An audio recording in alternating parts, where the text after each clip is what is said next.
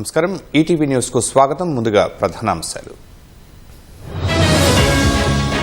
రేపటి నుంచి అమెరికా ప్రతీకార సుంకాలు, కుదేలైన స్టాక్ మార్కెట్లు.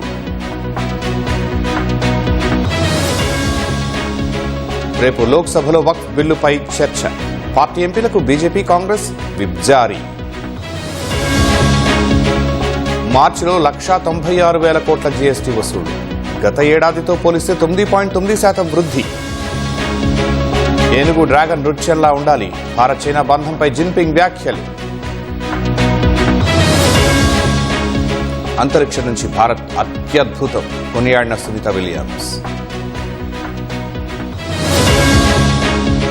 గుజరాత్ బాణాసంచా కర్మాగారంలో పేలుడు. 21 మంది మృతి, 6గురికి గాయాలు.